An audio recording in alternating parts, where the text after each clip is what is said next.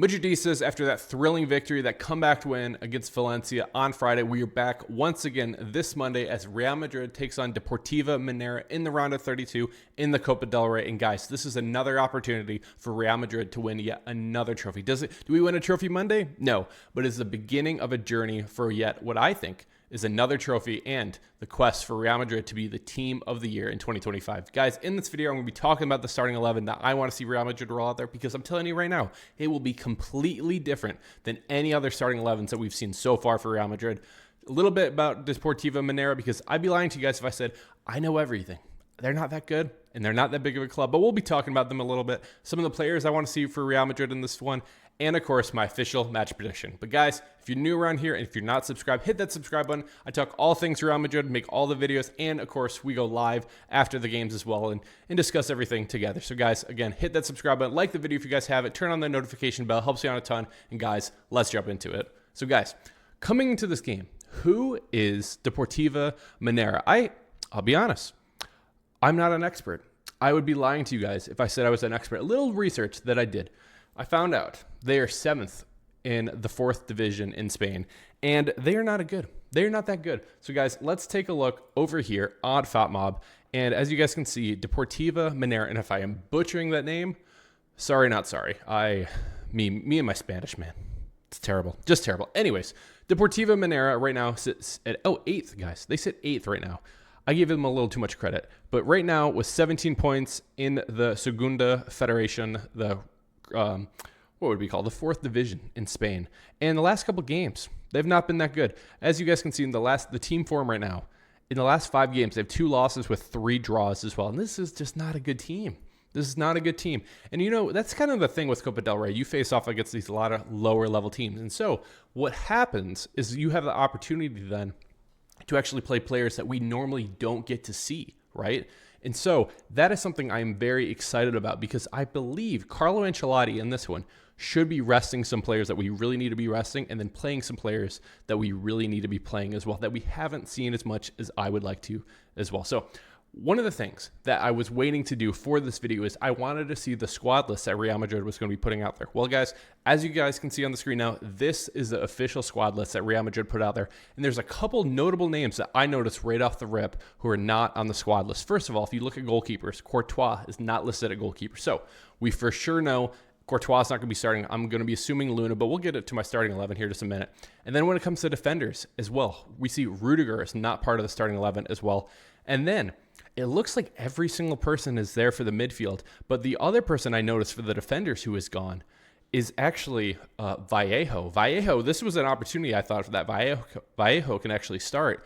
Otherwise, again, guys, what's Vallejo even doing here? If he's not even playing in a game in the Copa del Rey, I don't understand. Apparently, he's still injured, but injured from what? Practice, training? I don't know, guys. Doesn't make sense. Midfielders, it looks like everybody's there. And then when it comes to forwards as well, it looks like everybody's there as well. So when it comes to my starting 11, a couple of things I wanted to do in this one. I think it's important that we actually finally get to see some of the players that we don't normally see in this one. And there's a couple players in particular that really need to be getting in the starting 11. And when it comes to Carlo, I think it's very important for Carlo Ancelotti as well. Dude, you do not put out like the normal starting 11. If I see Kylian Mbappe, Jude Bellingham, Fede Valverde, I'm going to freak out. That's going to be a joke. The players I think for sure, the most important players that I do not want to see at all in this game, Fede Valverde, Jude Bellingham, Rudiger, not even in the squad, Kylian Mbappe, and Courtois, who's also not even in the squad as well. And you could be like, Dally, how about like Vinny or Rodrigo? We'll talk about them here just a bit. But when it comes to my starting 11 that I want to see in this game, this, as you guys can see on the screen now, is a starting 11 I want to see. And of course, the first person I want to see is at the top of the screen, number 9 position, Endrick. I want to see Endrick. This is an opportunity that Endrick should be able to play the full 90 minutes for Real Madrid. And you know, last year when it came to games like this, it was Arda Güler. I think everybody wanted to see, let me see that 18-year-old, I think at the time he was 18 or 19. I want to see Arda Güler out there. I also want to see Arda Güler out there. And that is why I will be putting him in my 10 position as well in this game. And then when it comes to left wing, I'm going to be putting Brahim Diaz getting a start. You know, you could probably say as well, you could be putting Rodrigo. I just kind of edge on the caution side of that. I'd rather be seeing Brahim Diaz out there. And then I would like to see Gonzalo out there as well. He's part of the team as well. Do we see him a lot? No. So I do think it'd be good for him to get some reps out there. And then when it comes to the midfield, this was kind of hard for me because, again, when we take a look at that squad list, there's not really that many bench players. There's a Kema out there as well. You could be putting him. I think maybe we could put Modric out there and maybe Camavinga as well. That's what I'm going to be going with in this one. And I do think that's an opportunity for us to rotate that one as well. I'm not opposed to that as well. And then when it comes to the back four, a lot of blank names in this one because, unfortunately, lineup builder, if you guys are watching, we need the database updated. We need the database updated because there's too many blank faces out here. We are going with Fran Garcia at left back, Diego Aguado. If I said that right, if I said it wrong, let me know, guys.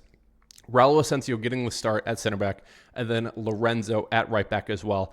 And, one of the things you could be saying, Dally, why don't we start Raul Asensio at right back? That's something I would be open to. And maybe we could be putting somebody else out there. I just think right now, I think Raul Asensio is a center back moving forward. I think maybe in other games we can move him, and possibly even in this game, we could possibly rotate him to the right back position as well. And then in goalkeeper, I am having Lunin get the start for me in this game. Now, a couple players I really want to be talking about in this one. First of all, is Endrick. Endrick, I had such high expectations for him coming into this year. I made a video before. If you guys haven't seen it, and a lot of you probably haven't, you can check it out here. This was my expectations. It's an older video, guys. I've gotten better since then. However, you can still check it out. Some of my expectations for Endrick coming into this year was for him to be playing a lot more. And the way that Real Madrid started this year, I thought he was going to be playing a lot more because he was getting consistently last 10 minutes of games. He was coming on. He was scoring a couple goals. He scored 2 fantastic goals. However, he was taking some really dumb shots, right? And even though a couple of them have went in, some of these shots, he should not be taking consistently. And so I do think it's going to be very interesting to see what Endrick looks like in 2 years from now, 3 years from now, because is he somebody who is making that starting 11 consistently? Or is he going to be somebody coming off the bench? Or is he even not even going to be part of the squad? The thing is with Real Madrid, we paid 50 million euros for him. I would expect him. He was one of the brightest stars coming out of Brazil in the last couple of years. Estavio is going to Chelsea. He's probably going to be one of the stars to watch out for. So look out for him. He was another one of his Palmeiras teammates. But Endrick, guys, the expectations for Endrick coming in were going to be him, Lamine Yamal, Arda Güler, some of the star boys that were going to be coming up in the future. I still think Endrick has all the possibilities of that. I do really want to see what he looks like in this game. And I think playing as that number 9 with an Arda Güler behind him, I think he will be able to get supplied multiple passes to make runs into the box. I just really want to see Endrick get a full 90 minutes. We got to see him start one game so far this year, and that was, of course, against Lille in the Champions League. We actually lost that game. I don't like to think about that game, but the only reason he started that one, I believe Mbappe was out. I know Rodrigo got a knock right before. So when it comes to Endrick in this game, I really want to see him playing the full 90 minutes in this game. I don't want us to rotate. I don't want Kylian Mbappe to come in for him. I really don't want anybody else. I just want Endrick to get the full 90 minutes. Let's see what he is made of in this game, because this is a team, again, this is a middle table team in the 4th division. If Endrick is what we think he is, the competition that Palmeiras faced has to be better than this team, in my opinion. So I really want to see Endrick in this game, getting that start as well. And then I really want to see Arda Güler. We haven't seen Arda Güler. He's gotten some starts. He's gotten some, substitute minutes as well. I would really like to see Arda Güler get a full 90 minutes in this game as well. I really want to see Arda Güler playing in that 10 position, guys. Again, as you can see here, a lot of the times we've seen Arda Güler when he's playing more of this right wing sort of right attacking mid sort of role. I think that Arda Güler can play that 10 position, and then this might be somebody that, can come on for a Jude Bellingham. Maybe we can put Jude Bellingham a little deeper, or if we are trailing in a game, maybe you can put 2 10s and imagine this is Jude, right? Imagine this is Jude, and you can bring on, because I do think Arda Güler, he just brings so much. I love so many aspects of Arda Güler. I do think that he needs a lot more playtime moving forward, and I think he needs to be that 12th sort of man to be coming off the bench, one of the first names off the bench moving forward for Real Madrid, because I think he brings a ton. His vision is incredible. His touch is incredible. A couple of his corner opportunities as well, and some of his set pieces. I really love that from Arda Güler too. And the thing is too, he can score goals. He's not afraid to shoot the ball. A couple of times has been poor, especially that Liverpool game.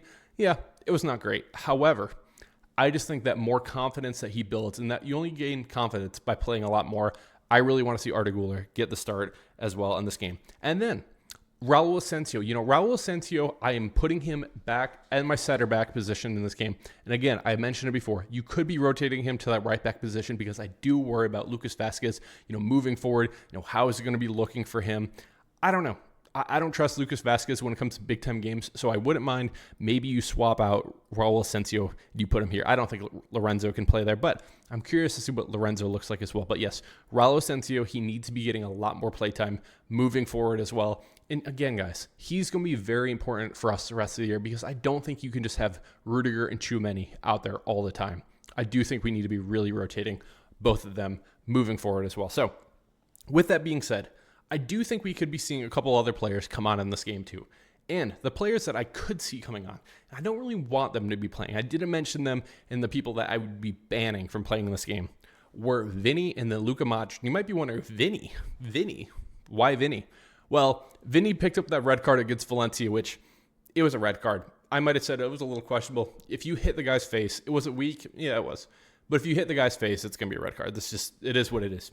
With Vinny now getting that red card, he will be suspended a game. Modric will also be suspended for La Liga. So I would not be that opposed if Vinny came on in this game and only played 20, 30 minutes, and maybe he could link up with an Endrick or something like that too. I worry about playing him. I don't really want to have to play him. And so ideally we are just dominating, just winning this game easily, and we don't have to play him. But I do think it's important for Vinny to kind of stay sharp as well, especially since him and Modric will be suspended in the La Liga game as well. So those are the subs that I would be thinking about. And again, I already have Modric in my starting 11, but yes, look out for Vinny possibly coming on and maybe even Rodrigo as well. So when it comes though to my official match prediction, guys, again, I don't think this is a good team that we're playing against. No offense. If there are any Deportiva Minera fans, let me know. Definitely let me know. Comment down below, guys. I'm really curious to hear from you and what you guys think of this game. But when it comes to my prediction for this game, I do think that Real Madrid is just more talented. Even if you were putting kids out there who don't play, they don't play that often for Real Madrid. I think having some players out there, such as Luka Modric, such as Camavinga, and Arda Güler, Brahim Diaz, and even the 18-year-old Brazilian up top, I do think it's going to be too much for them. So I will be going with Real Madrid defeating them 4-1. And I think Endrick, guys, Endrick's going to be hot in this game. I'm calling a brace for Endrick. I think Arda Güler gets on the board, and I will be going with Brahim Diaz getting on the board as well. So that is my official match prediction, 4-1, as Real Madrid will defeat Deportiva Minera. So guys, let me know in the comments what's your official match prediction. Really quick, guys, shout out to all the members. Appreciate you guys all so much. If you guys want to become a member, click the link in the description. Helps you out a ton and supports the channel as we continue to grow. So many more things coming, guys. Again, if you're not subscribed, please hit that subscribe button, like the video, guys. And again, I will see you in my match reaction. Unfortunately, guys, no instant reaction, no live stream right after the game, but we will be doing more live streams moving forward as well. But unfortunately, no live stream after the game. But of course, my match reaction will be coming very soon. So guys, been Dally with Dallyfc. Cheers. Hala Madrid.